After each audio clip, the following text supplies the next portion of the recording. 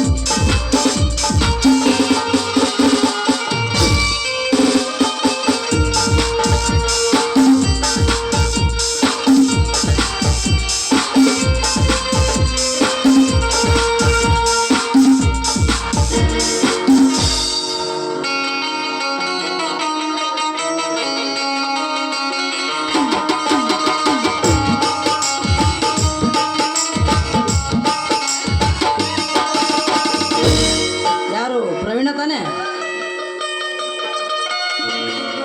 ಓ ಹೇಮಾ, ನೀನಿಲ್ಲಿ? ಹೌದು ರವಿ, ನಾನು ಸುತ್ತಾಡಿಕೊಂಡು ಬರ್ಬೇಕಂತ ಬಂದೆ. ನೀವೇನಿಲ್ಲಿ? ನನ್ನ ಗೆಳೆಯ ಪ್ರವೀಣ ಬರ್ತಿದ್ದ, ಅವನಿಗೋಸ್ಕರ ಕಾಯ್ತಾ ಇದ್ದೆ. ಹೌದು ರವಿ, ಪ್ರವೀಣ ಅಂದರೆ ನಿಮ್ಮ ಕಾಲೇಜ್ ಫ್ರೆಂಡ? ಅಲ್ಲ, ಅವನು ನನ್ನ ಬಾಲಿನ ಸ್ನೇಹಿತ.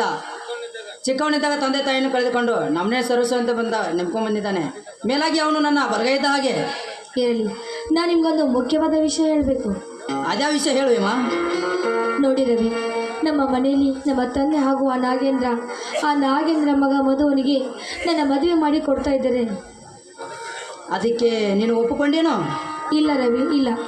ನಾನು ಹುಡುಗನ ಪ್ರೀತಿ ಮಾಡ್ತಾ ಇದ್ದೀನಿ. ಮದುವೆ ಆದರೆ ಅವನನ್ನೇ ಅಂತ ಹೇಳಿದ್ದಾರೆ. ಆದರೆ ನಿನ್ನ ಹೆಸರು ಮಾತ್ರ ಹೇಳಿಲ್ಲ ಅವರಿಗೆ. ಹೇಮಾ, ನೀನೇನು ಹೆದರಬೇಡ. ಆಕಾಶ ಬಿದ್ದರೂ ಸರಿ, ಭೂಮಿ ಬಾಯಿ ಬಿಟ್ಟರೂ ಸರಿ, ನಿನ್ನನ್ನು ಕೈ ಬಿಡುವುದಿಲ್ಲ, ಆಯ್ತಾ?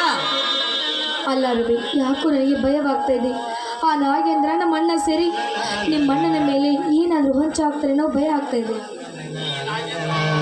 ಈ ನಾಗೇಂದ್ರ ಅಲ್ಲ, ಆ ನಾಗಲೋಕದಲ್ಲಿ ಅಡಗಿರುವ ನಾಗೇಂದ್ರ ಬಂದರೂ ಕೂಡ ನಮ್ಮ ಅಣ್ಣನು ಏನು ಮಾಡೋದಕ್ಕೆ ಆಗುವುದಿಲ್ಲ.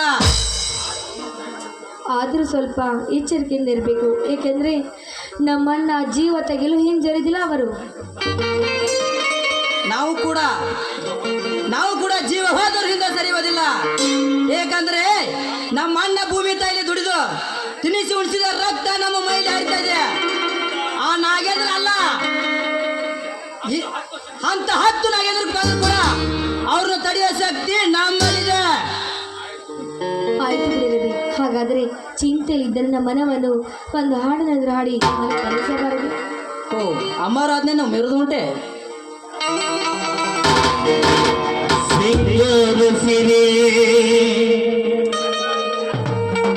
ಅಂಗಲಿನಲ್ಲಿ ಬಂದವಗೆ ಬಾಯಿ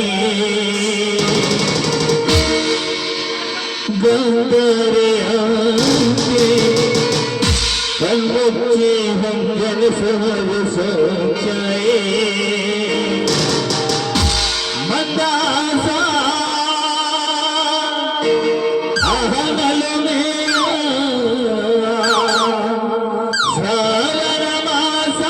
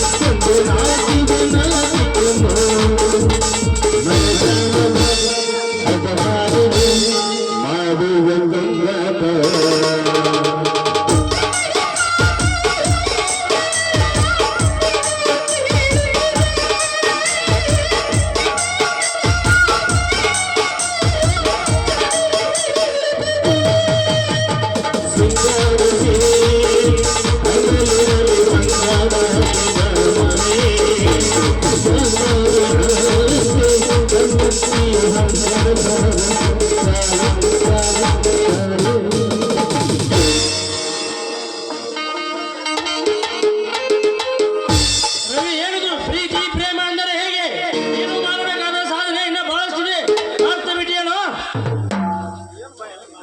ಬಾ ಪ್ರವೀಣ, ಏಕೋ ತಡ ಮಾಡಿದೆಯಲ್ಲ. ಮೊದಲ ಪರ್ಸನಿಗೆ ಉತ್ತರವ ಹೇಳು. ಯಾರು ಇವಳು?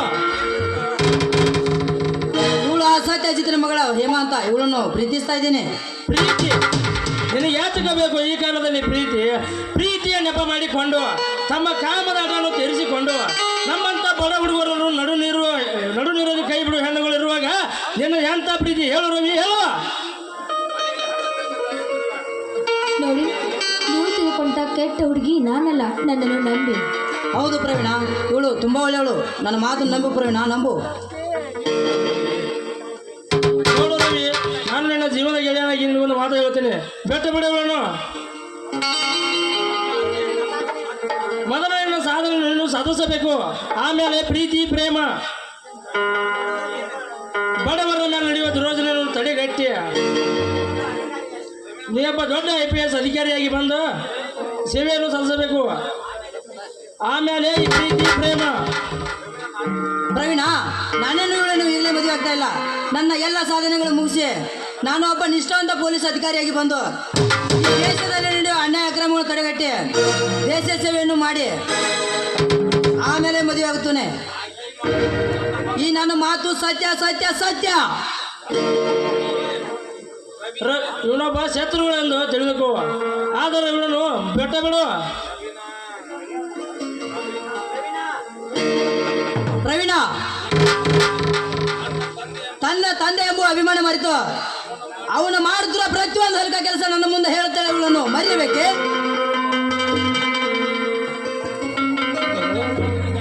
ನನ್ನ ಸಾಧನೆಗಾಗಿ ತನ್ನ ಪ್ರಾಣ ಕೊಡ್ತೇನೆ ಅಂತ ಹೇಳಿದವಳನ್ನು ಇವಳನ್ನು ಮರಿಬೇಕೆ? ಹೇಳು ಪ್ರವೀಣ, ಹೇಳು. ಇಷ್ಟಕ್ಕೂ ನಿನ್ನ ಮಾತನ್ನು ಮೀರೋದಿಲ್ಲ. ನಡೆ ಹೋಗೋಣ. ನಿಲ್ಲು ರವಿ, ನಿಲ್ಲು. ನಿನ್ನಂತ ಗೆಳೆಯರನ್ನು ಪಡೆಯಲು ನಾನು ಪುಣ್ಯ ಮಾಡಿದ್ದೇನೆ. ಈ ಅನಾಥ ಗೆಳೆಯನಿಗೆ ನಿನ್ನ ಪ್ರೀತಿಯನ್ನು ತ್ಯಾಗ ಮಾಡಕ್ಕೆ ನಿಂತಿದ್ಯಲ್ಲ, ಈ ಗೆಳೆಯನಲ್ಲ ನನ್ನ ಒಡ ಹುಟ್ಟಿದ ಅಣ್ಣ ಕಣೋ, ಅಣ್ಣ. ನೀನು ಅಷ್ಟೇ ಕಣೋ.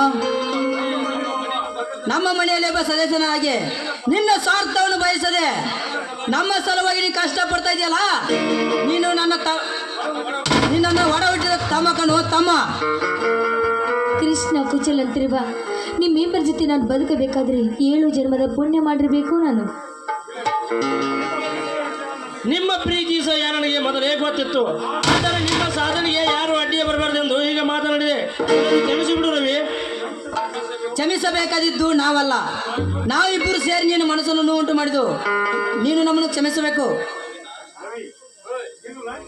ರವಿ, ನೀನು ಲ್ಯಾಂಚಕೋರಿ ಅಧಿಕಾರಿ ಆಗಿದೆಯಾ? IPS ಕೆಂಪಯ್ಯ ಅವ್ರ ಹಾಗೆ ನೀನು ದೊಡ್ಡ ಹೆಸರು ಮಾಡಬೇಕು. ನೀವೊಬ್ಬ ಲ್ಯಾಂಚಕೋರ ದೊಡ್ಡ ಅಧಿಕಾರಿಯಾಗಿ ಬರಬೇಕು. ಆಯ್ತು ಪ್ರವೀಣ, ಲಂಚಕ್ಕೆ ಕೈ ಮಾಡದೆ ದೇಶ ಸೇವೆಯನ್ನು ಮಾಡಲು ಹಿಂದೆ ಸರಿಯುವುದಿಲ್ಲ. ಈ ನನ್ನ ಮಾತು ಸತ್ಯ. ನಾನು ಕೂಡ ಅಷ್ಟೇ. ದುಷ್ಟರಿಗೆ ಕಿತ್ತೂರು ರಾಣಿ ಚೆನ್ನಮ್ಮನಾಗಿ ಈ ನನ್ನ ಗಂಡನಿಗೆ ಹೆಂಡತಿಯಾಗಿ ಸತ್ಯಸಾಧ್ಯವಾಗಿ ಬಾಳುತ್ತೇನೆ. ಈ ನನ್ನ ಮಾತು ಸತ್ಯ ಅಣ್ಣ.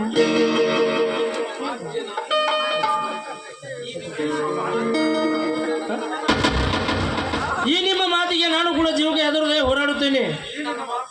ಈ ನನ್ನ ಮಾತು ಸತ್ಯ. ಆಯ್ತು, ನಡೀರಿ ಹೋಗೋಣ.